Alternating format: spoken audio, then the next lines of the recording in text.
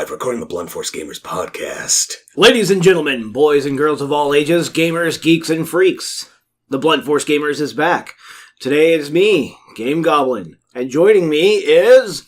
Darth Blasphemous. Kazurkan, the Lord Dragon. The Moniker. And this week we are discussing, a little late to the game, but I wanted shit to cool down slightly, Captain Marvel, failure or not. I know. Roll the intro. Rolling the intro. Feeling tired at the gaming table? Want to hear foul-mouthed jackasses poke fun at gaming companies when they screw up? Want an honest, street-level opinion from a team of gamers that call it like it is? Then Blunt Force Gamers may be the podcast for you. Listener discretion advised.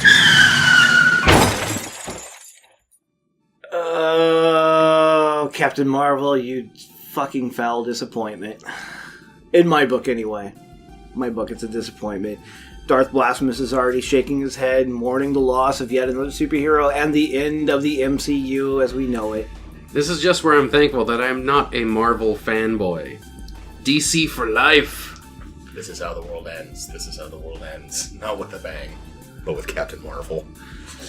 I've been watching this story unfold since about 2 weeks before it hit, and oh my god, there's so much controversy going on, and that's a bad start to any fandom, is having controversy, especially since they politicized the shit out of it. That's the big fail right there, is politicizing shit. And we as gamers, and all the other gamers we know, fucking hate it when shit gets politicized. It's more divisive than anything else.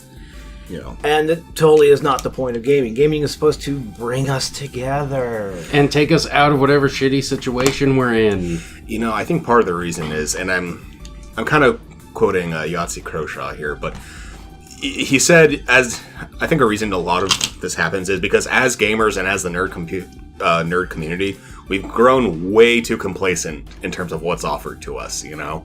True. I'm going to quote, let's see, who should I quote? Oh, I've got a good one here. Life is so much better if you remove the negative people from it.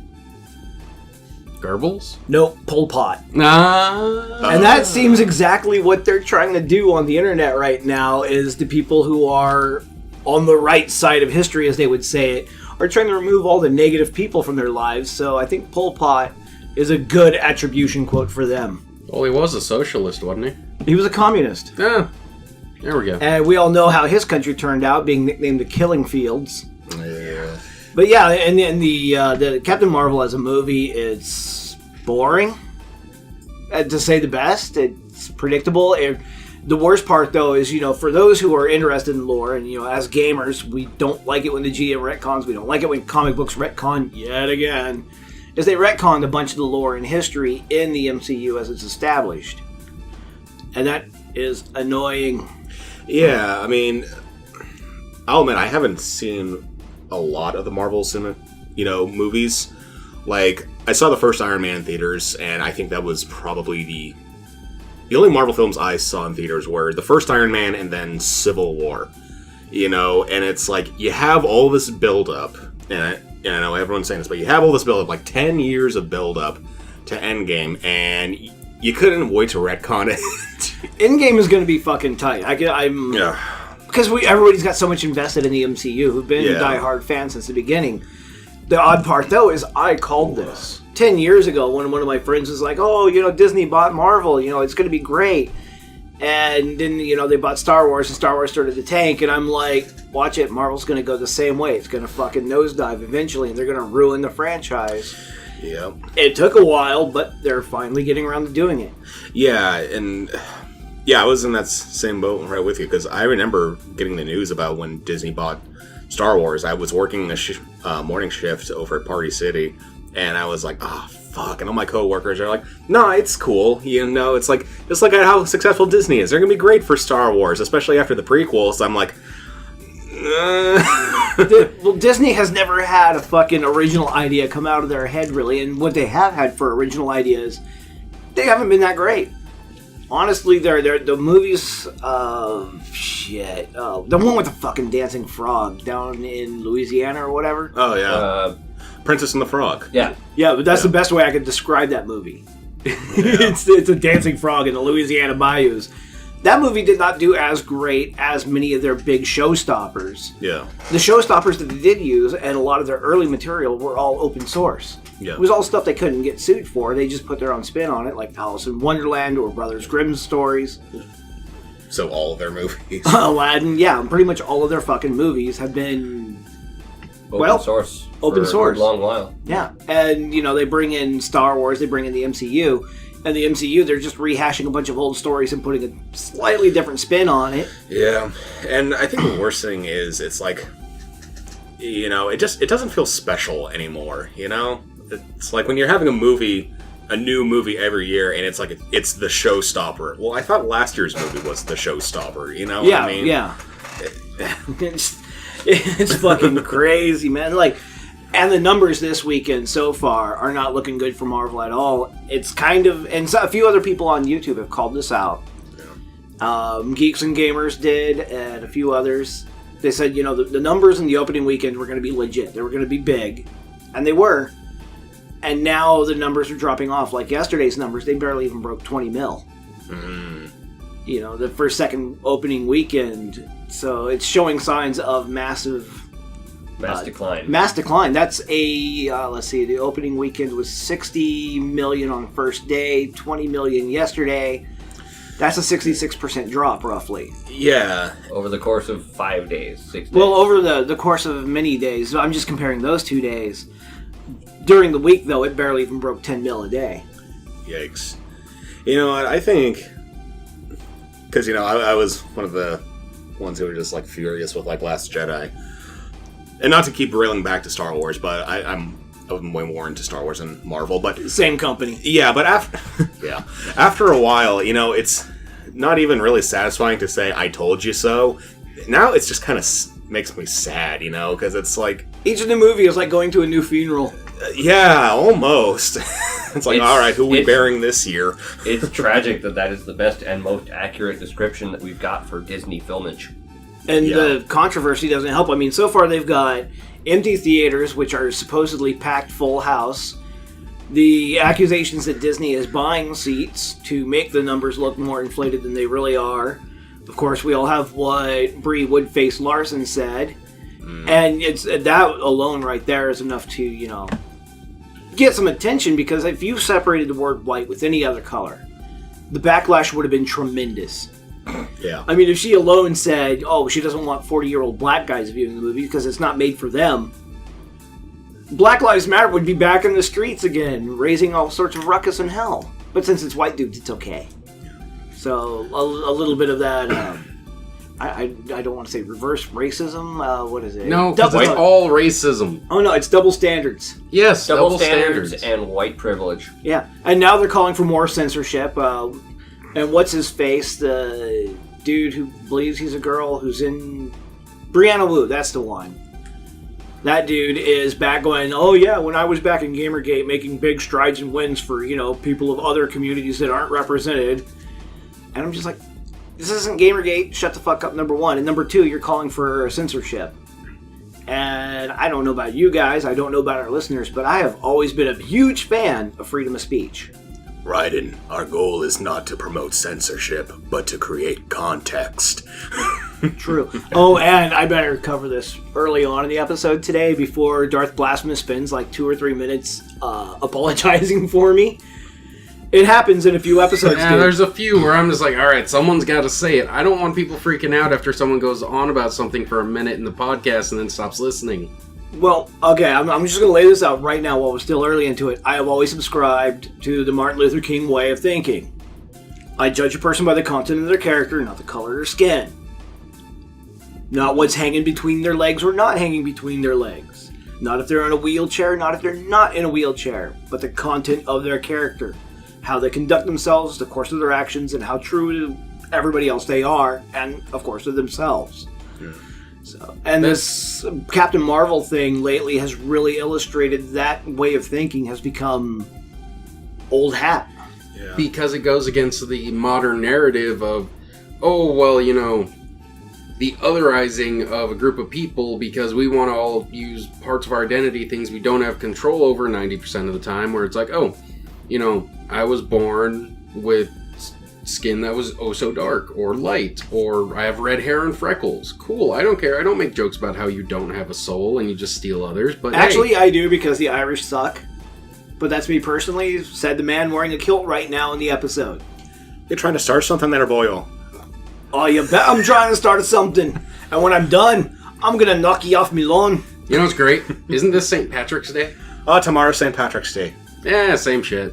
Happy St. Patrick's Day, viewers. Screw it, I'm wearing my blue ribbon. I got first prize, but I don't know where he's been. I get that reference. That's a good song. Scotland the Brave. I'm going to shoot lightning out of me arse. Are you talking about me Blood Hunter? Weird. Okay. That's enough. Don't make me laugh, man. I'll start coughing stuff up. Anyway, Marvel was, I'm going to say it right now, it's going to be a forgettable movie. I mean, we're going to get past the controversy. It may last another couple of weeks or so before people go, oh, look, something else has come along to make fun of or talk about, and Marvel will be quiet. Because it's not a game-changing movie, and it's not a huge cultural win. It's just a movie.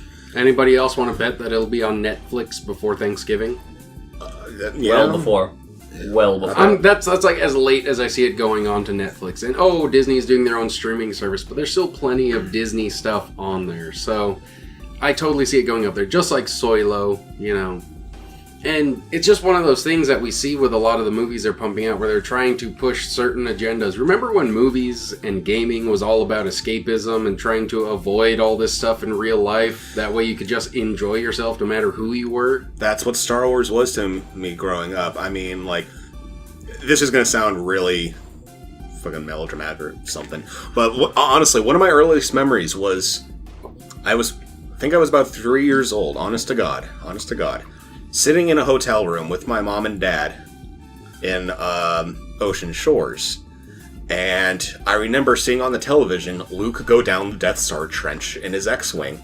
And I just remember having this fascination, And then once I got older, my mom, she was a huge Star Wars fan. Mostly because she was in love with Mark Hamill growing up. But, she went to go see the original Star Wars in theaters 72 times. Kid you not.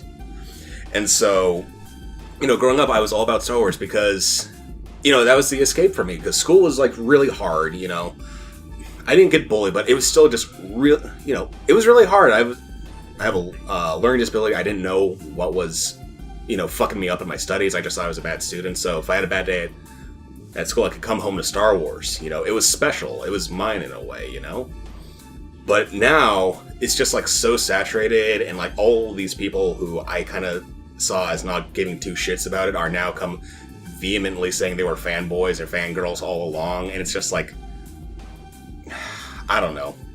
And feels like is real. It feels like betrayal in a way, And it is a betrayal. I can't even take it seriously anymore. It sucks. And here's the thing. Star Wars, Marvel, all of that stuff, far too human-centric. Where's my aliens? Where's my creatures from other realms? Where's my magical freaking Pegasus thing from nowhere? No, they replace it with a dude in a suit. That's one of the things that got me about the early Star Wars, and I know we're diverting from Captain Marvel a little bit here. Yeah. And Captain Marvel and a lot of the Marvel comics really don't have it right now, and in Star Wars, my first viewing, the cantina scene is what hooked me. Yeah. Because when they walk into the cantina and all you see is a sea of different faces. Yeah. And literally, behind the scenes, they ran out of costumes, and they were like, what do we got left? We got the Devil and the Wolfman. Fuck it. Suit them up, put them in the cantina. Yeah. Someone's in there with this got someone's in there, right? And, and the best thing was, all those different, costumes, those were characters that may not have been named, but when it came out with all the toys and stuff, they sure as hell had names, and then you got to learn a little bit about them. I mean, remember back when the Star Wars came on the little fucking bubble roll? They had the card on the back and had little bits of the freaking character. And that was all most of us had to go off of unless we read the extended stories, and for those of us who had a hard time reading because we're slow, that usually was a bit of a struggle, but there were so many avenues for us to project onto, from the cantina scene, the Bith, they were just musicians there.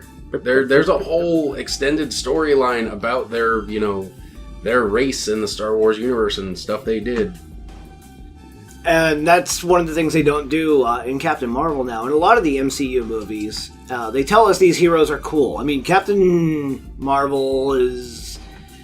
yay, I guess. They just go, hey, she's cool, she's a strength woman, and cheer for her, that's great and everything. And then they give her a backstory where she's always being pushed down and pushed down and pushed down. And like 90% of the dialogue, if not more, is all bullshit dialogue that like none of us have ever witnessed or said. Like, you're not good enough, you're just a girl. Yeah, it's like they just keep throwing in too much shit. Like, I went to go see Civil War, I think it was, and like Vision's in it. I had no idea who Vision was, and it's like they just keep adding things, you know? It's like, if you miss one movie, especially to a newcomer who hasn't read the comics, it's gonna be like, hey, who's this sherbet-flavored looking motherfucker, you know? And that was one of the things about Star Wars that was really good, is they gave lore on so much. I mean, even starting off in the first movie, halfway through, you were pretty familiar with the lore. And in these newer movies, like Captain Marvel, they kind of just shove the lore in your face and tell you that this person is cool, instead of showing you that person Which is seems cool. really detrimental, especially if you're taking the route of an origin story. Or the World of Warcraft movie, where how much of that did you have to know beforehand before you saw it? What was it, 60+%? Yeah. Yeah. Oh, shit, dude. Oh, migraine. World of Warcraft. Pain. Stop. How did you know half of the characters' involvement with each other? I mean, I know George Lucas has a hard time about jumping into the middle of a story when he makes a first movie. But remember, what made the original trilogy so good was the other directors telling George Lucas to hold back a bit, yield, no. Just telling him no. Speaking of directors, I'm trying to railroad us back on the Captain Marvel, because that's our theme for today, is trashing the shit out of this, or uplifting it. Actually, that's a pretty good word, uplift, because it doesn't stand on its own. Is the fact that one of the directors and some of the writers and the lead actress, all female, and everybody's like, yay, girl empowerment, this is awesome. And on the other hand, you have a movie with a very similar background, except they're all Latinos. Hispanics, thank you. Hispanics? Yeah. Well, you know what? I will call Miss Salazar whatever the fuck she wants to be called. Oh, yes. I would not Mad kick respect. that woman out of bed. And of course, you know, the big war comes down to Alita versus Captain Marvel, and the Alita fans are ravenous, and I can see why. And it's really weird, because I look at these two movies side by side, and one is a bunch of white women, it's the greatest movie ever, and the other one has a bunch of people of color in the background, and and the left, of course, as we know, eats its own. And they are, like, not paying attention to it. They're burying it. They're, like, not talking about the numbers that the movie is making overseas. Such as it has a 1-month extension in China. Which is super rare for an American-made movie. To get a 1-month extension. Explain to maybe some of our viewers who are not sure what a 1-month extension is. 1-month extension means that they have... Like me. Like you? Okay. Typically when a movie shows in China, a westernized movie, and right now the Chinese political structure is very anti-West. It's getting there. It's slowly growing towards more and more anti-West sentiment. And one thing the Chinese do not like right now is Baizhua, which is Chinese for white left. They do not like white left politics. Part of the reason why Star Wars failed so hard in China is, you know, they're being all preachy, you know, diversity and inclusiveness and stuff. Yeah. And Chinese culture right now, well, Chinese culture predominantly throughout history has never really been about that. You know, they're very, I'm remiss to say nationalistic. They take a lot of pride in their own country and who they are as a people. They take pride in the cultural identity that they already have. Yes, they do. And to try to shoehorn in, you know, that you have to be accepting of other people when other people would diminish their own identity, they don't really like that very much. So Star Wars kind of failed on that front, and then they bring in Captain Marvel, and Captain Marvel has a lot of the same preachiness behind it, and the Chinese are like, oh, crap. I just want someone to build a time machine, take, like, one of these, you know, films back to, like, you know, the 13th or 12th century to China, you know, and then you hear Genghis Khan in the background. Yeah, be accepting! Yeah. I don't think that'll happen. But anyway, a 1-month extension really doesn't happen very often. Any extensions, really. I mean, the movie has to be something above and beyond expectations. Yeah. So the Chinese theaters over there have given Alita a 1-month extension. And that means it's going to be shown in their theaters a month longer than already planned. That's cool. That is hella cool. That's really cool. It's a rare happening that you barely ever get it. A movie has to be really tremendous to get that. It has to really... Earn it. It has to earn it, yes. The people have to really respond well to the movie. And it only has one moment of anything slightly political in it. No. And that's when they talk about kind of like the pro-anti-gun thing. Basically, Alita walks out first thing in the morning and she's like, why don't people have guns? And Ito tells her that if people had guns, because they live in shitty squalor, they could rebel, and the powers that be don't want them to rebel. So you're saying, if you will, they live in a shithole? They do live in a shithole. Oh no. Yeah. Oh no. Anyway, the movie, that's the Sorry. only slightly political point that movie touches on. The rest of it is just a wild ride of emotion. And going on emotions, Alita shows emotions. Oh, yes, Oh, yeah, this is the best meme I've seen about Captain Marvel. They literally took one of the posters, replaced the face of Captain Marvel with the chick from Twilight, and almost no one notices. Are you serious? I'm not shitting you, bro. It's hilariously funny. Oh, lordy. It's the same wooden face. Yeah. Like, I'm a real girl! right? Thank you, Pinocchio. I forget what channel on YouTube I was watching, but I think it was Red Letter Media, actually. They're half in the bag for Captain Marvel, and the best comment I saw in there was, they used one of the No Doubt songs towards the end of the movie. Yeah. I forget the name of the song. Just a Girl by... Fuck. Like, that song came on, and this person commented on that video. I was sitting in the theater, and when that song came on, there was a group of teenage girls behind me, and they all started cringing. The thing is, Moss cringe, bro. Moss it's cringe. really weird, too, that they would do that in this movie now. I mean, another thing Disney has been doing is trying to get on that nostalgia factor. They did it with Star Wars relentlessly. I mean, Stranger Things, not Disney, but still. They're trying to really capitalize on that nostalgia factor, especially with the Star Wars movies, and they do that here in Captain Marvel. And a lot of the soundtrack is bands that were really big, and when I was growing up in the 90s, you had Luscious Jackson, you had Poe, you had No Doubt, that's the band, you had Garbage, you had Goats and Arfunkel, or whatever the fuck their names are. They had first started coming onto the scene at that point. A lot of the bands that were really big and being shoved down our throats were all female vocalists. So a lot of this nostalgia that they're playing into is shit that's already been written. It already came and gone, and unfortunately we got this thing called emo afterwards, after the 90s were over, but... Don't remind me, don't remind me, Yeah. don't remind See, me. I can't talk a lot of shit about, I wasn't part of the scene, but that was the music I grew up with, so... Dude, I'm not that much older than you, and still just, Yeah. MCR. They're trying really hard with the nostalgia card, and the thing about nostalgia that people don't get, it's good in small doses. But if you are hamming it up to the point where it is a nostalgia soup, then it's no longer what you're after. Because, nostalgia is one of those really sweet things. It's like eating, honey or something very, very sweet. You don't cram an entire bottle of honey down your face. You don't do it. It's just horrible. Yeah. I remember, you remember? I remember. Remember when Pepperidge Farms used to remember? I remember berries. Yeah, I think it's really important that you bring that up, Kazarkan, because I think what happens to people if you get them a little too drunk on nostalgia, they end up like freaking Uncle Rico from Napoleon Dynamite. Oh my god. I will actually quote one of my favorite characters out of Final Fantasy on this one. Alright. Sir Auron. Okay. Dwelling in the past is futile.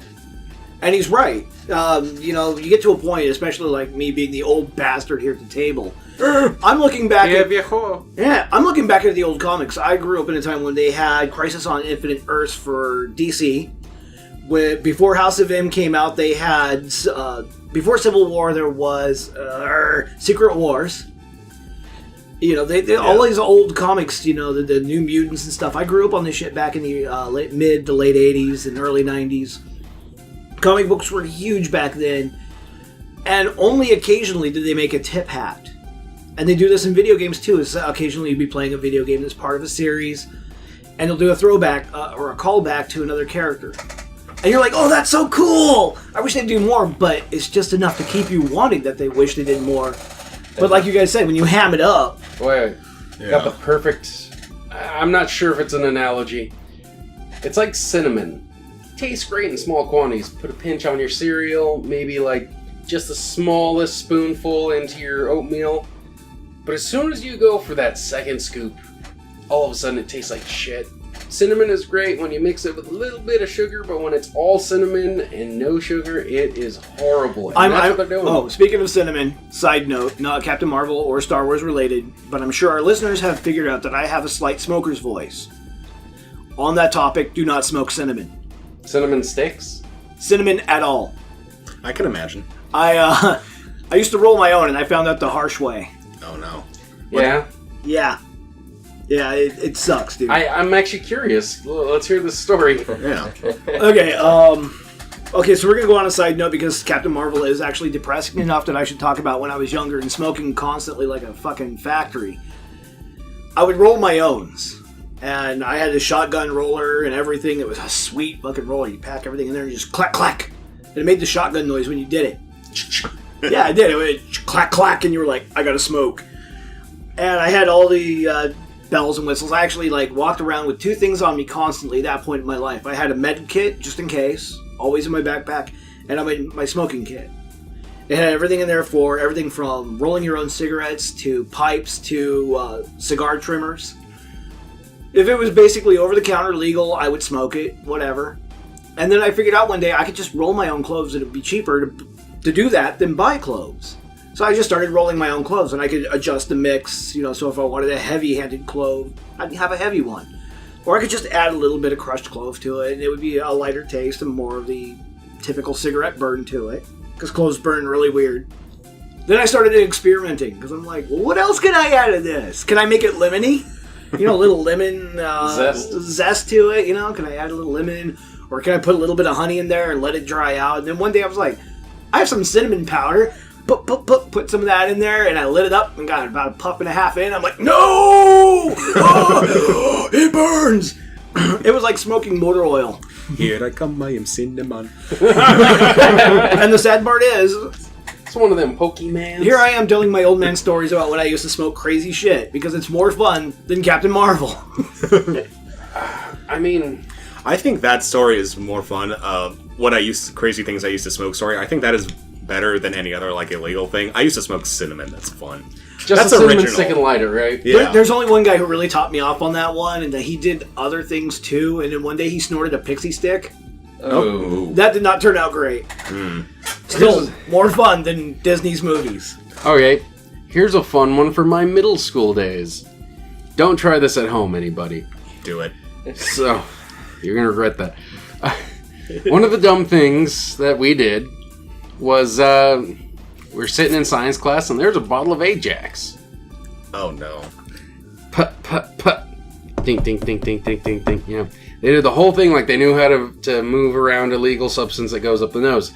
And then they did it, and then one of the guys just walks up and away he went. Yeah, we didn't see him for about a month. They had to rebuild part of his nasal passage because it collapsed. Yeah, I've drank bleach once when I was a kid. Different story entirely and completely accidental. Not like my more... Look at you hipster. I was like 3 years old. Yes, the modern hipster prefers his bleach with vodka over frozen Tide Pods. Let it be known on this podcast that Goblin did the cinnamon challenge before it was cool. I smoked that shit, and it was not worth it. That fucked me up. Getting back on track now. Trying to, anyway. I've got a good one here. Okay, you've got a good one. Okay. So, I've watched bits and pieces of Captain Marvel. Just stuff that people seem to throw up online, I'll catch it before it gets taken down. The biggest thing that's killing me is simply the storyline aspect of it. Is not only is it going back in time and we're doing stuff, but they're retconning things. Plenty of things. Now, one of the most iconic sayings from the head of S.H.I.E.L.D., all I want to say is that motherfucker. But oh yes. Shit, that motherfucker. Right? We lost his name again. Jules. I swear to God. Jules. Mr. Glass. Yeah. Frozone. Mace Windu. Yeah.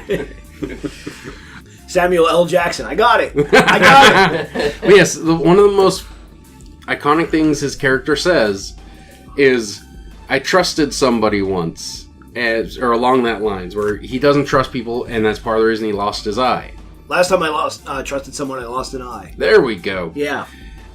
Yeah, when it turns out that he lost the eye because of a creature that looks like a cat scratching him, yeah, apparently you should never trust cats. And then, of course, there's the question about the Tesseract. How can two people have it at once? How can two people have the Tesseract at the same time? Now, I know these are Infinity Stones, and they're awesome, but the stone is still bound by some of the laws of physics as we know them, and can only be in one place at one time. See, this is where the Deadpool tie-in comes in. He'll have the continuity Infinity Stone. That is a thing. Unfortunately, if Disney does buy Fox, which the talks are still going on right now, we will have that come up in the future, and Deadpool will be a lot more sad. God, I'm backtracking way hard here. I'm going to keep it quick. But that was one of my issues with the Deadpool movie, because I saw it in theater. Don't get me wrong, there were some funny things where his crew just got wasted on the parachute. That had me laughing my ass off. But, like, don't bring kids into movies, you know? And, like, unless it's a kid's movie, or because the second you bring the kid in, that's kind of like a sign, okay, this might not be so bad for your kid. You know what I mean?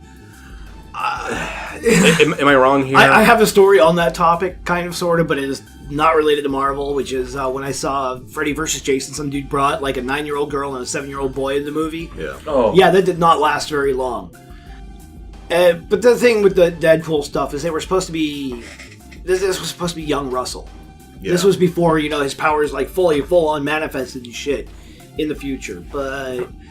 I don't know. There are some issues I have with that movie, and others that I'm like, Yukio. Yeah, Yukio. Yukio. Just the end with what's his name, Darpinder, just slamming the headmaster with his taxi. Yeah, fucking glorious. Right. Okay. Yeah, there's a bunch of things. The Tesseract Stone being in two places, the cat scratch scene makes no sense. The scrolls have been completely rewritten. When I grew up reading the comics, because I had that phase where I could not get enough of this. It's a shameful point in the comic book history. Yeah. Basically, they were telling people they were printing money. And a lot of us kids bought into this bullshit back in the 90s. Pick up this issue number 1, it'll be worth a fuck ton of money in the future. Pick up this issue number 3, it'll be a fuck ton of money.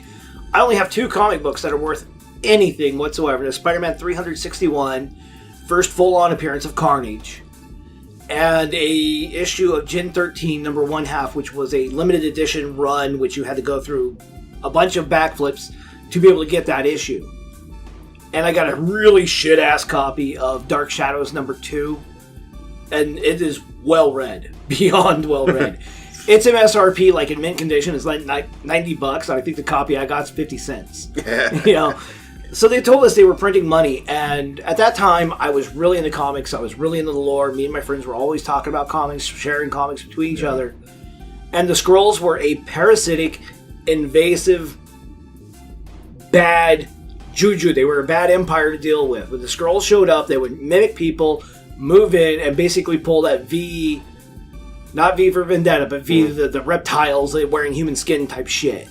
God, the old show was great because it was so bad. It was. But on that tangent, though, the Skrulls would move in, they would take in positions of power or whatever, and superheroes would find out about them, and suddenly, Governor What's-His-What is getting into a fight with the Fantastic Four, and then the Fantastic Four at the end of the battle reveal, it was just a Skrull all along, and they rescued the real senator, or whatever. And now... Yeah, I know, I went from governor to senator, but hey, what's the difference? They're all politicians. No, you're giving me hardcore Metal Gear Rising Revengeance flashbacks. Nanomachines, son. The thing is, and then they change the Skrulls from being bad guys into another political statement. They're refugees, and that's where Carol Danvers has been for 24 years, is finding them a new home. No, they're Skrulls. They were originally written as bad guys. They were bad guys all through the 80s and 90s and up until the early 2000s. Yeah. And now suddenly they're just misunderstood. Yeah. See, I have no problem with fleshing out characters, you know? I mean, there's nothing wrong every once in a while with just having a straight-up evil, irredeemable fuckhead of a villain, you know? It's like, what would you do if you made someone like Frieza from Dragon Ball Z? What would you do if all of a sudden you took an arc and made his tragic backstory, and that's why he's a sadistic, murdering space emperor, you know? It's like, you couldn't really respect him anymore because, you know, he's just so fucking sadistic. He's a villain that's shithead. relatable should be relatable from the get-go. Yeah. I mean, they did some changes to Thanos. Yeah. Kind of elaborated on his backstory, but it still held somewhat true to the original origins. So I can see this branching off, but to completely 180 a evil bad guy? No. Yeah, you know what? I'm really surprised with this day and age that they didn't just make Thanos orange. Give it time. With the amount of the way people are acting like fucking buttheads and calling for censorship of anybody who has an opposing opinion, and I don't care, First Amendment again. If I have an opinion that people don't like, they are free to call me out on it. They are free to state their opinion. Hopefully it will be civilized discourse, you know, where we can intelligently have our opinions clash at one another. Just like when Malcolm X was talking with some of his detractors back in the day, at least it was civilized. But right now, it's all just blame throwing and screaming and shaming, and now they're calling for censorship, and I'm like, what the fuck? Lolly-loo-lay-lo, lolly-loo-lay-lo. Okay, I don't know that one, but alright. But the fact that people are calling for censorship, and with some of the, and like, fuck, YouTube, changing algorithms is a form of censorship. Or the shit going on with Rotten Tomatoes, where the New York Times actually called them out on it, and Rotten Tomatoes got caught red-handed. Yes, they were changing the way their website worked for interaction with people. The thing is, they decided to unveil it right now because so many people were like just troll bombing the fuck out of Rotten Tomatoes. But let's be fair here, there's trolls on both sides. There are 5-star reviews, which there are screenshots of it, copy-pasted. Somebody will come in, write a review, copy-paste, and just slap down the exact same review, give it 5 stars. So there's trolls on both sides. Yeah. And just to give people an idea, I can't speak for everyone at the table, but I'll tell you, I'm a staunch centrist politically. So that's where a lot of this annoyance comes, because it seems like a lot of the stuff is being veered toward one side, when can't we just make fun of both sides again? Remember when that was fun? Yeah. I know, right? Remember when we could play a video game and the politics were in the game, in that world? Mm-hmm. Not our world's politics in that game? Metal Gear. Exactly. That's one of the reasons, like right now I'm playing Final Fantasy VIII on the side, you know, because it has no modern day politics in it. The politics that exist in the game are politics that are existing in that game world, not our game, not our game world, our real world. I mean, this world could be a great big elaborate fuck you game. It could be a great big, yeah, if we get into the strength. Hold on, I need the cheat code for being immortal and indestructible. Fuck this, IDDQD. I am best! But that, you know, and that's one thing that's really not selling Captain Marvel right now, is they're bringing real life politics into the game. Yeah. Into the movie, into the comics. Every avenue you look at with her face on it right now is somehow politicized, and nobody wants to buy a game or see a movie where it tells them that they're a bad person. Yeah, and how unfortunate it is that, you know, we're all here because we're all gamers, the Blood Force gamers, you know, not the Blood Force political cast, but it's like, there's no escape from it, you know? That's why I decided to bring it up now, is because over the last few years, the avenues of escape have become gradually smaller. Yeah, it's... I mean, like, you almost have to go hunting for stuff that doesn't have this crazy, wacky shit, right? Like, there's games that are sandboxes, and they do well because they are sandboxes. You can build what you want, you can explore how you want, you can be where you want to be, and not have to give one solitary fuck about the world that you're leaving behind to do it. Yeah, but man, even that is like starting to kind of get creeped on. I mean, it's like back when sandboxes first kind of start getting popular, I mean, it's like, how cool was that? You know, you have zero restrictions as how you can solve the problems in game. But now it's like, it's just like it's the default now, you know, and it's just like it's sandbox games now are what, you know, first-person shooters were like 10 years ago or something like that. It's like they're still fun, but it's now just the default game. It is. Yeah. It is, and Again, like that's like Minecraft. yeah. We'll just pull out. You go into Minecraft and you are in your own little world. You're in a sandbox. If you're playing solo or with a handful of friends, there are no politics. It's just you building shit. It's Legos for grown-ups. It really And that is. was the allure of it, is you could just leave everything behind. In Skyrim, you know, you had the Civil War line, Yeah. but they did a great job on it. It's one of the few times I will actually praise the writers that work over in Bethesda, is that there was no right side, but there was no wrong side either. If you look at the history and the lore of the Elder Scrolls series, the elves are the bad guys.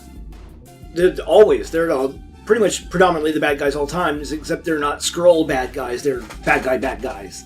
But at the same time, you have the cosmopolitan, inclusive, diverse Imperials. You know, they're like, hey, you can't leave the Empire, we're going to fight a civil war if you try. You know, we've outlawed Talos worship, and since you're a state of our Empire, you can't worship Talos. And the Nords are like, screw you, it's our god. So, and then you look at the Nord history, and you're like, wow, they have been going at it back and forth between them and the elves forever. And the elves were the first ones to throw the first punch. So you can't really blame the Nords either, if you look into the lore and history. And that was really good as a narrative, because you could look at both sides and be like, shit, I'm conflicted, which side to join? Skyrim belongs to the Nords. Skyrim belongs to the Nords, matey. And weird noises. But now, when we get into games, you know, they give us the clear default bad guy.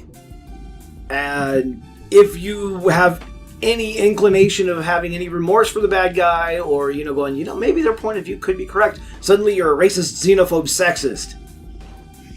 That's why I kind of want to get Far Cry 5. Because I just really like the idea of getting to fight a David Koresh-looking motherfucker. No offense to any Branch Davidians out there, but come on. Yeah. I just... Marvel and Disney...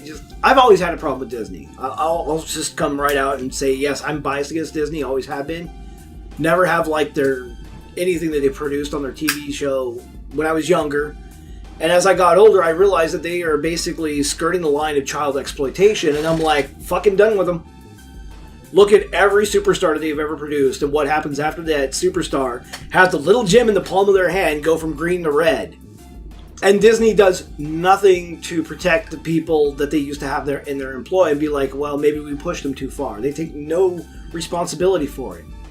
Once that kid turns 18 and they age out, Disney cuts them loose, and then suddenly all that backing, all the people tell them that they're a great thing and all that, walk away and go find somebody new and younger. So they ruin lives in that aspect, some of them very tragically. And so when Disney bought Star Wars and when Disney bought Marvel, I'm looking at it like, this cannot be good. Here I am 10 years later going, this can't be good still. Yeah, I gotta say, I'm like, as much as I love Stranger Things, that's one of the things I'm really worried about, because I've seen interviews with all those kids, you know, Finn Wolfhard and, you know, Millie Bobby Brown. They all of them, they just seem like really good kids, you know. Finn Wolfhard especially, he was on another podcast that I really like with his brother, and you know, they're just like so young and so talented. I'd hate to see them end up like these Disney Channel stars, man. That would just be absolutely tragic in my opinion. Absolutely tragic. Well, with the exception of Hermione, most of the kids from Harry Potter's movies, they turned out okay. Yeah, that's true. I mean, I guess maybe I do get caught up in But that wasn't Disney. That wasn't Disney. Yeah. So maybe these people over at Disney should take a bit of a look overseas, over the UK, and be like, hey, how did you treat these kids so that they grew up actually being somewhat well-rounded? Actually having them go to school, have it be a special school that was on location with them. Yeah. You know, having them get to be normal kids and not forcing them to be little puppets for you to dress up and have on the silver screen. That's a simple way to do it. Yeah, it was unfortunate for Emma Watson, though, because, like, she did get really teased about, you know, like I remember reading some article, you know, and every time she would just answer, you know, just answer the damn teacher, you know, like every other kid, like some little asshole would chime in, you know, 10 points to Gryffindor, you know, it's like, come on, man. Yeah. Come on, it's fucky. And, like, that's the thing about it, is you have to remember, she's playing a character that does have a wealth of knowledge well beyond her years in those series. Yeah, that's true. Yeah. She is the wise old man archetype molded into a little kid. Mm-hmm. And that is the creepy part, is even in the first movie, we see Hermione, right? Little girl with the wise old man archetype thing going on, but it's a girl in a girl's body, a girl character. Yeah. It's not a guy in a woman suit, like Captain Marvel. Because Captain Marvel, control your emotions, is pretty much like what they say over and over and over. Well, Boy, that just sounds like toxic masculinity if I ever heard it. doesn't it? Right? I mean, you want to talk about toxic masculinity, or my favorite, of course, the white savior syndrome, because they're trashing on James Gunn right now. Not James Gunn. Wrong guy. I was reading articles about him earlier. That's why his name came up. But they're trashing on the guy who made Avatar. James Cameron. James Cameron. For the white savior thing that he pulled in Avatar.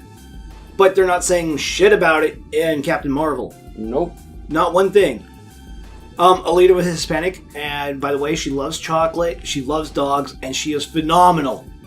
I'm just saying that because I'm a fanboy now after watching the movie. I want to I need to see that movie. But the thing is, though, is like Hermione, even in the first movie, Yeah. we watch her, you know, grow as a character in the first movie. They don't tell her, oh, she's just like super smart. You know, they come out in the first few scenes, they establish that she's, you know, smarter than the average bear, or smarter than the average muggle. Or at the very least, more studied. Yeah. At the very least, more studied, yeah. I think they did that in the most beautiful way possible. You know, they're sitting on the Hogwarts Express.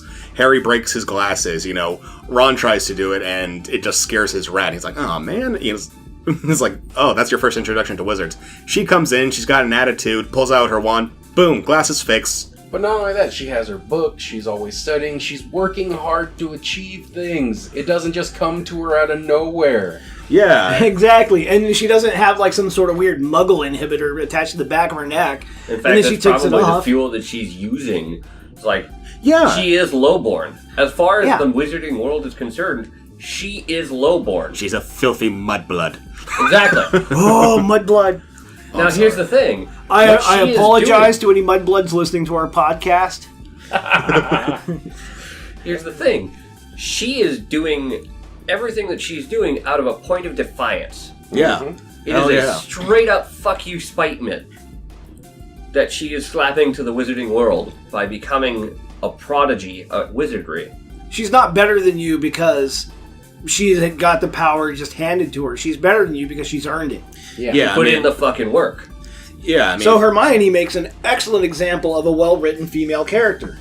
Unlike somebody who just happened to bump into an exploding tesseract thingy, whatever. And you know what I honestly think is one of the best parts about her character? She doesn't just end up with the main male character. Yeah, she's off to the Finally. side. Finally, the friend of the main character gets a win. Strangely enough, and as much as I hate the author, if she is indeed the real author of the stories, because there is There's so many controversy there questions about too. that. there is. Oh yeah, there is. Huh. Joe wanted to go back and actually, like, she's basically hindsighting and going, well, why didn't Hermione wind up with Harry? Okay.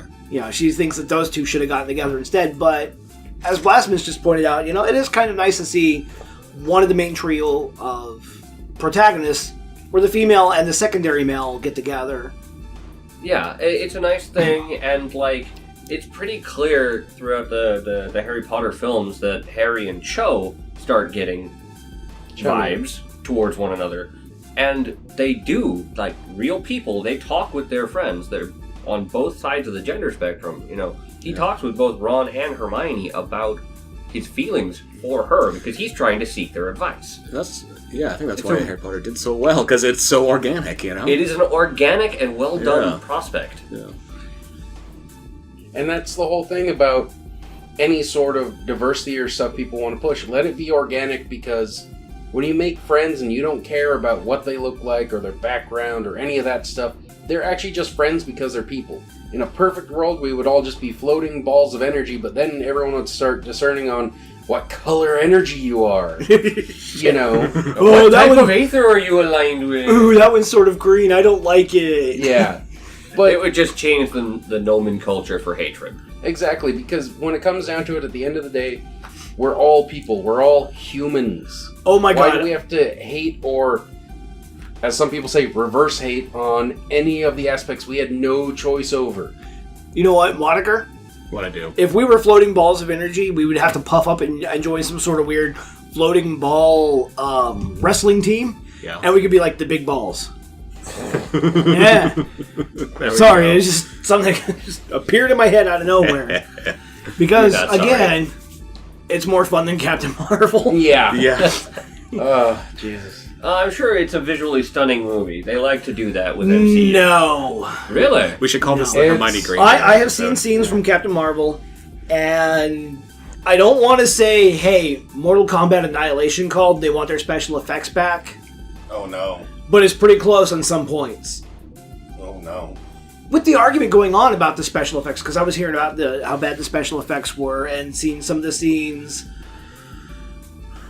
in less than legitimate forms, if you want to say, or whatever.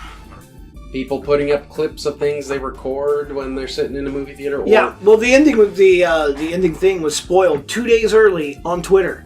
I'm like looking through Twitter, and there it is, the ending scene, boom, and it hadn't been taken down yet. But from what I'd seen of the special effects, they're Blase. not awe-inspiring. They're not even hyper realistic or anything. It's just kind of like Glowy bits. I just Lord of the Rings was more of a visual feast when it came to special effects. Even the fucking new one where they filmed it all in 3D and some of the colors were off was still more of a visual feast. Captain Marvel was, I think they put all their budget more in the marketing. And of course, I have to go back to it. Alita had great special effects, but James Cameron, who did Avatar, again raised the bar. There was only like 2 times I spotted where there was like, that doesn't look really real. It looks a little off. Only 2 times. When they were having that big sky battle, things seemed to change proportion randomly. Yeah, things changed proportion randomly in the sky battle. If you want to call it a sky battle, it was a sky massacre. Captain Marvel gets her powers and she goes up there, and one of the things that's really a draw for any hero, especially one of that power level, is they have some sort of inherent weakness. Batman can shoot Superman with a fucking bullet and take him down if it's made of the right material. Kryptonite. Power Girl has an inherent weakness. Same shit. Same Fanboys. Fanboys. Fanboys. Well, that and if she hits top speed, with that boob window, if the suit doesn't rip, the drag created would be phenomenal. But Captain Marvel has no weaknesses beyond control your emotions. So as long as she remains manly, stoic, and wooden, she can fight anything. Which, at that point, you might as well go find a Vulcan. And have them sort it for you, because that would do it. She's the strongest Green Lantern of them all now. But even Green Lanterns had a freaking weakness, and no, it's not just the color yellow. The color yellow represents fear because it's an emotional spectrum. And you know what? I can totally get behind the Green Lantern universe around Rebirth. Because before that, their weakness was wood. Guy was a dork. I always hated Guy. But anyway, the thing is almost every superhero, especially when you get into the upper ranks of power levels, have some sort of weakness. Thanos' weakness, and most people who are, supposedly fanboys of the Marvel Universe, but not really fanboys or fangirls or fan-its, they don't realize that his big weakness is he's self-defeating. Yeah, it's like, when you get them that powerful and they don't have a weakness, doesn't that make them more of a villain archetype, the big, unstoppable villain with no weaknesses, But, I thought what made a hero a hero... Yeah, look at it from the Kree side once Captain Marvel starts beating up on them. Yeah, exactly. And it's like, I thought what made the heroes is that they have numerous flaws, but they become a hero because they can overcome those and still kick ass. And that's supposed to be the thing of it, is a lot of the archetypes and stuff that we see in superheroes and what have you is supposed to be people who have a gift or work hard to overcome their, shortcomings in order to be the best person to their upbringing and the general code of conduct we all try to subscribe to of murder's wrong, don't steal, don't do things which put someone in a very precarious situation, i.e. the R word. Try to stay altruistic to, the goals of betterness for everyone. Yeah. Yeah. That's what they're supposed to be about, but instead just, I am the unstoppable. I have this one thing that I really have control over, so I have no physical or, mental weaknesses. Or like her line, I'm not going to fight this war for you. I'm going to end it. Yeah, that's like a villain line. That sounds like a villain line. That sounds like something Dr. Doom would say. Yeah, and it's like, it kind of reminds me of that quote from The Incredibles. I admit I love that film, but, it's like when Syndrome walks out from torturing Mr. Incredible, he says, well, if everyone's super, no one is. Exactly. Right? And, there's a lot that goes on. The Incredibles is a really good look at superhero films. And the way that they impact on both sides of that spectrum, the superheroes and the mundane aspects of their lives. It's a really, really good showing of the duality of that. Because, let's face it, what superhero doesn't have a secret identity? Yeah. Iron Man. That's about the only one that I can The think Punisher. Barely, his superpower is gun, or hand grenade, or rocket launcher, and he doesn't wear a mask. He's just like, I'm Frank Castle, ... the Punisher. I'm here to kick ass and chew bubblegum. And I'm all out of gum. Right. So there are a lot of superheroes that do not have alter ego hidden things, like the entirety of the Fantastic Four. Yeah, their names are knows public. them. Everybody knows them. I'm sure our listeners, if they care to, could send us a huge fucking checklist of superheroes who don't have alter egos or hidden identities. You hear that, Fatimus? This is a challenge. Maybe this is stupid, but I kind of like Dragon Ball Z's approach. I mean, come on, Goku's a superhero. I just like he doesn't take any effort to hide his identity. People just don't care they just don't care who Goku is, He lives out in the sticks. Who's gonna know him? Yeah, he's a country bumpkin. Who gives a fuck? Or say a man. Say a man. I would just like to think in reality, what if there's just like some guy living in the deep south who has like all the strength of gods, and he just spends all of his time training like in the Everglades or some shit. I still want to see Spider-Man like web sling across a place like, I don't know, Ohio. Outside of Cleveland. Or better yet, throw Kansas. Like Spider-Man in Tulsa, Oklahoma. Web sling now, bitch.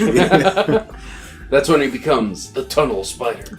Yeah, the Tunnel Spider. The Funnel Weaver. He's just hiding in like a sewer drain. Someone walks by, he just like grabs him and drags him down. Trapdoor Spider-Man. Trapdoor Spider-Man. There we go. No, because then you're going to get all the fanfic of Trap Spider-Man. Oh, God. Rule 34, it already exists. Yeah. it's out there. But seriously, I mean, when it comes down to it, all the superheroes are super situational to their storyline and their arc, where they are amazing and great in, like, certain aspects. You put Superman in, like, super tight quarters, yeah, he can bust through walls, but you throw civilians in there, all of a sudden he's like a bull trying not to mess up the China shop, you know? One of the things that really gets me, too, like, when you're going on that topic, Captain Marvel has really no weaknesses. She doesn't really seem to give a fuck about anything beyond, I don't know, Stoneface walking around and how much she's been pushed down by the patriarchy bullshit. I'll be back. I'll be back. That was a better performance. He put more emotion into being a cyborg. For fuck's sake. Android. A cyborg implies he had squishy No. He actually said cybernetic organism.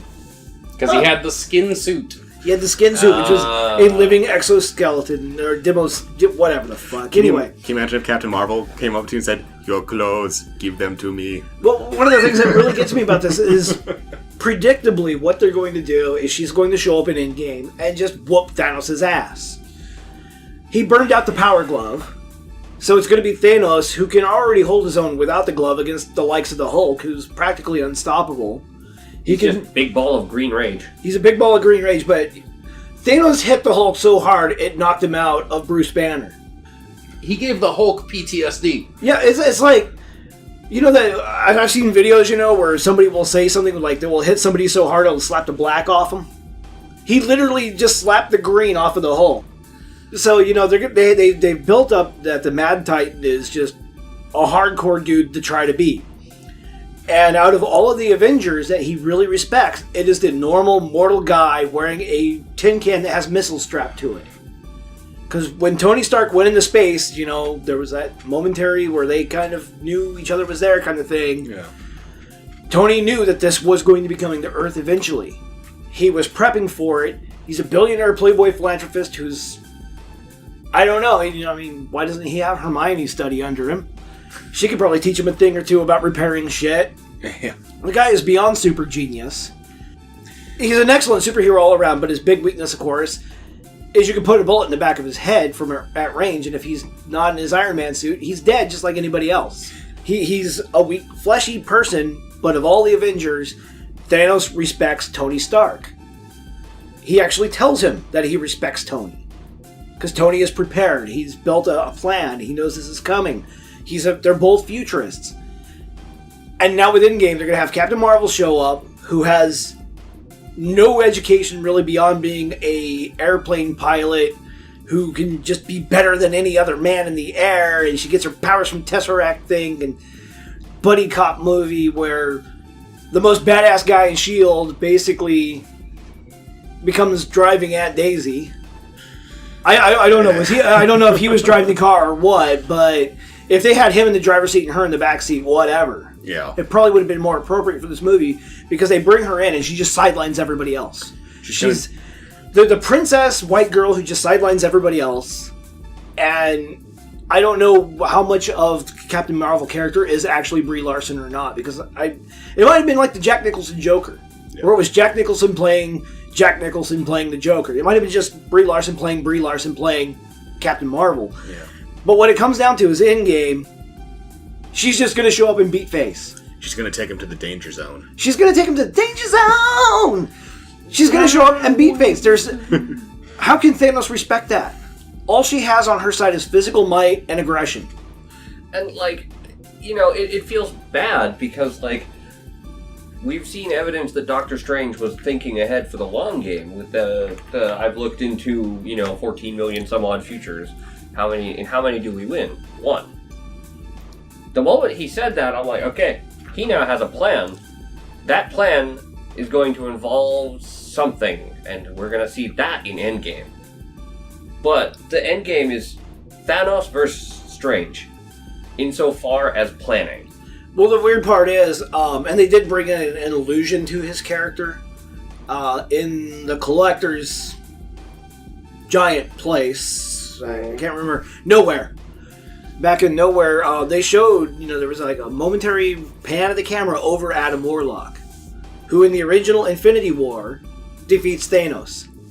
It was Adam Warlock who defeats Thanos, but I have a feeling they're just gonna no, girl power, bring in Captain Marvel, she's gonna beat his face in and be like, ooh, I'm stronger than the Mad Titan, yay, we win, roll credits. What if Marvel pulls a real fast one on us and it's Howard the Duck who beats him? Last time we saw him, he was at a whorehouse. No, Howard was actually in Nowhere also, but you know what? I at this point, Marvel has gotten so daffy, I would roll with it. I'd be like, if Howard the Duck walks up with a cannon and shoots fucking Thanos in the back, bravo! I did not see that coming. But the Marvel superheroes as they are right now are so fucking formulaic and predictable. Typical American cinema. They've already set it up. At this point, you can pretty much say, yeah, the only reason Earth's mightiest heroes win is because Earth's, or the galaxy's mightiest woman, shows up and beats Thanos up. That's it. And then puts on the power glove and snaps her fingers or whatever jazz hands maneuver, and then all of a sudden everyone's just back. Well, she has the power to time travel, so... boy. Again, there's probably going to be some retcon shit going on in there, because she could probably be the one that shows up and stops him from snapping his fingers in time, and that will be the future that Doctor Strange had predicted would be the one where they win. I don't know. I really, really want it to be Doctor Strange, mostly because I like Doctor Strange as a character more than I like wood-faced McGollum. You know who I want to have him win it? Ant-Man. Actually, Ant-Man could, if we break down the science of it. Oh god. Here we go. Ant-Man is scary. Ant-Man is super fucking scary. He's on par with Jubilee. He's one of those heroes you look at and you're like, whatevs. Jubilee is fucking frightening. Terrifying. Terrifying. Absolutely terrifying. Ant-Man, likewise, is absolutely terrifying. You strap one of Tony Stark's, like, super booster rockets to Ant-Man and just say, fly straight at Thanos. And then Ant-Man shrinks down to the size of, like, an atom. His density will also shrink down and compact. It will be like getting hit by a piece of dark matter at high velocity. What if Ant-Man did like one of those little fish in South America where he just like, you know, swam up his like pee stream and like got stuck in his urethra? Oh, you swim up his peen too? Yeah. Well, at that point, as disgusting as it might be, turn off the small size. Oh god. Yeah, Ant-Man can do some really creepy shit if you wanted to go super villainous, but the thing is, unfortunately, as much as I like Captain America, or Tony Stark, or Black Widow, or Spider-Man, they pretty much put the entire MCU on the shoulders of the most unlikable character they've introduced so far. I almost want to go back and watch the first Hulk now. Oh god, why? Because that Hulk is so bad, it might actually, like, a negative plus a negative might cancel each other out. That was like the second movie I've ever wanted to walk out of the theater, but I just stuck it through because I'm like, fuck it, I paid money to be here. I'm gonna get my goddamn money's worth. I did. Yeah, exactly. I'm going to take up as much of this air conditioning as I can. Yeah. Exactly. I'm like, I paid money to be here. I'm going to enjoy the air conditioning at the very least and eat my fucking popcorn. This character is so fucking unlikable. And that's one of the things most people don't get, who are screaming at each other. You know, you got the blue-haired fish mouth problematic women on one side, you got the trolls on the other. Everybody's all screaming at each other, yelling whatever fucking names of accusations they want to, or changing the definition of troll on a whim. But the sad fact is, moviegoers, gamers, just like us, we just want a well-rounded, likable character. We want a well-rounded, likable story. A well-written story. A well-written story where we can just be like, hey, I want to watch that and escape for a while. That's why I was so drawn. I saw the anime Alita, I'll admit it. And this is the second time I watched the movie and actually wanted to be at theaters in years. I got my popcorn, I got my soda. I didn't go in with any expectations, and some moderate kind of, I'm probably going to be disappointed by this, but I'm glad to be wrong in this case, because I was not disappointed. It was all around a great movie. It was very full of emotion. The main character, she gets her ass whooped, and she does what a strong hero does, regardless of gender. They get back up. She gets back up. Yeah. And, like, there's one point where Ito, and I thought it was a bit convenient, she finds, like, a new cybernetic body, which is better than the one she's got. And I had grown attached to the one that she had at that time because Ito had built it for his daughter who died. And it was a very beautifully rendered body. I mean, it had, like, these little drawings in it that looked like vines and flowers on it. Yeah. So it was a very beautiful body to look at, just aesthetically. And that gets trashed.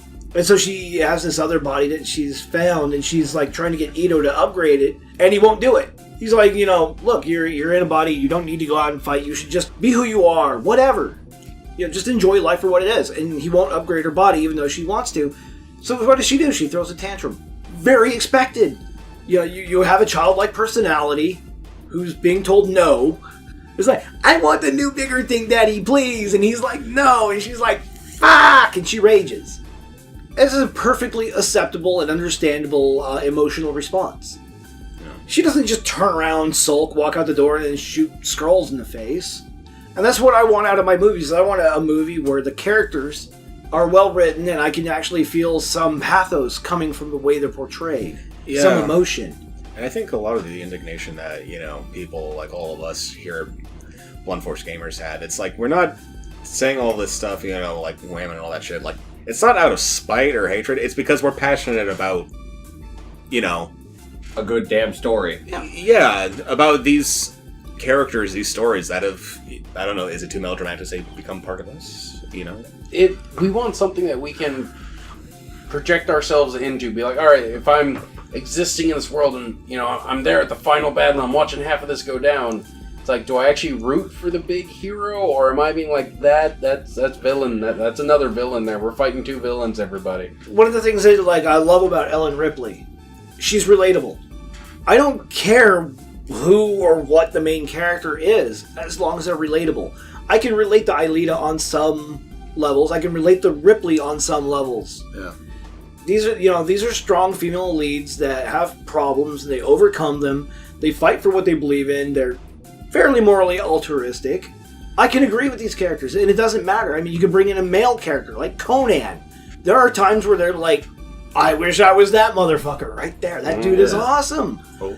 I don't care as long as the character is well written and has some sort of lure to them where I can connect to them as an audience member and be like, I'm the bird on their shoulder through the ride of the movie. You know, there's a word for this. It's called depth. Character depth. Nice. We want the characters that have depth. But it's cheaper and easier for them to keep giving us kiddie pools. That's why I don't like Rey. She's a Marysue. She's OP. She's obviously political agenda. Finn, same diff. Poe, same diff. These are characters I cannot jump on their shoulder and ride along with. For fuck's sake, I don't even like the prequels. But Obi-Wan, I can ride on his shoulder for a little time here and there. Yeah, I mean, he's inconsistent, but I guess just consistent enough. He's consistent and true to the character as it was written. Yeah. They don't go off the rails. I mean, the politics in that trilogy are all pretty much in the movies themselves. They're not like, ooh, these people bad. You know, they don't have like Palpatine force lightning some orange dude or some shit.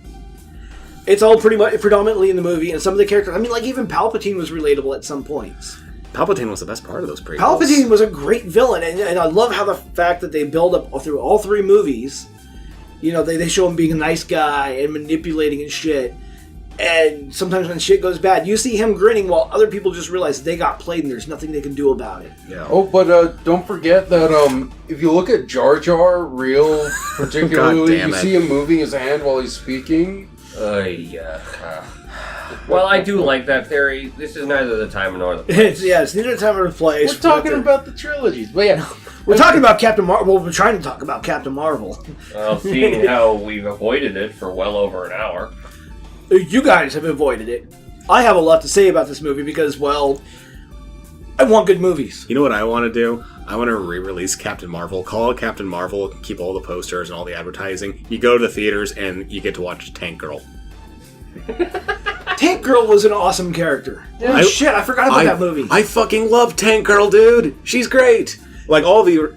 it's... I mean, even Tank Girl has moments... I mean, Yeah. she's got a fucking tank, for fuck's sake, that nobody else has with a brain in it, and it acts childish at times, because the tank is not exactly full-on smart. She kisses a fucking mutant kangaroo for God knows what She has a reason. child with a tank.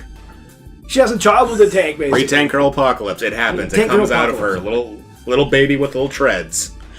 Jesus. But Tank Girl, I mean, even for as far out there as the comics and the movie were, she was a more well-developed 3D character. There was moments where she came close to breaking. Yeah, totally. I mean, again, what's his name? Water Power Guy. Water Power Guy. Water Power Guy. Oh, Malcolm McDowell? Yeah, Malcolm McDowell. There was just times like when his character, that's all he was out there for was to break her, because he was the kind of villain who just wanted to watch people break underneath his hands. I'm sorry, but that little glove I love Malcolm McDowell, and that movie is so bad it's good, but that little glove he wore is gay as shit. Dude, they had a really limited budget for that movie. Oh, I'm aware. Which is why they did most of the filming out in the desert. Yeah. Where it's Where it's cheap. The funny thing is that after that movie came out, Jamie Hewlett was very vocal about how much he fucking hated it.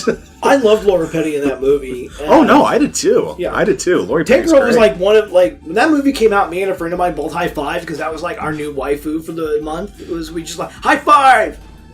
That's our girl right there, man. Get up there in your tank and kick some ass. Though he was more for Jet, but I still like Tank Girl myself. It's all about Sub Girl, dude. Unfortunately, Sub Girl's dead. Yeah. Well, I don't know. I think they brought her back to Well, I think she was substandard. Yeah. Maybe it was a subplot. Yeah. Oh, god damn it. Are we substituting this podcast for puns? Or I don't know, man. They probably just tried to sink her in the script. I don't know. I'm going kind of subways on this one. Oh, down Periscope, right? Hard to port. Dive! Awooga, awooga. You guys are really tanking these puns here. I know, right?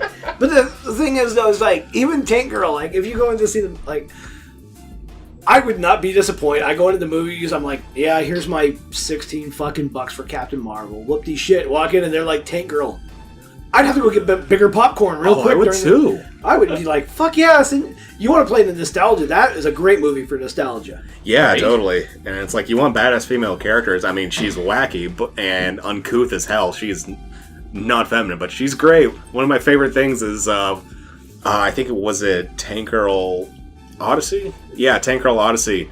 Main villain, so satisfying. She grabs his tongue and rips his entire tongue, like, all the way down to his trachea, just like, swings him around. Great stuff. Alright, so we're going overtime on this one. Yeah, obviously. we are. Any last thoughts about Captain Marvel and or the future of entertainment with characters like Captain Marvel dominating it? Mario Brothers was a better movie. Yes. Oh! I will stand by that. Yes, it was. Boy, that's setting the bar. Mortal Kombat Annihilation was a better movie. Tank Girl was a better movie. Fuck yes. Well, that's actually a really good bar to set. Just like, A flop movie that was so bad it's good, and the author of the original intellectual property hated it. I mean, it works. It worked out as functional and it worked. With Captain Marvel having so much controversy out in the open, before the movie even hit theaters was a bad sign.